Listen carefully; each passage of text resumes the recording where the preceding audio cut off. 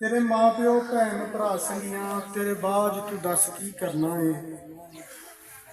ਤੇਰੇ ਮਾਂ ਪਿਓ ਭੈਣ ਭਰਾ ਸੰਗੀਆਂ ਤੇਰੇ ਬਾਝ ਤੂੰ ਦੱਸ ਕੀ ਕਰਨਾ ਏ।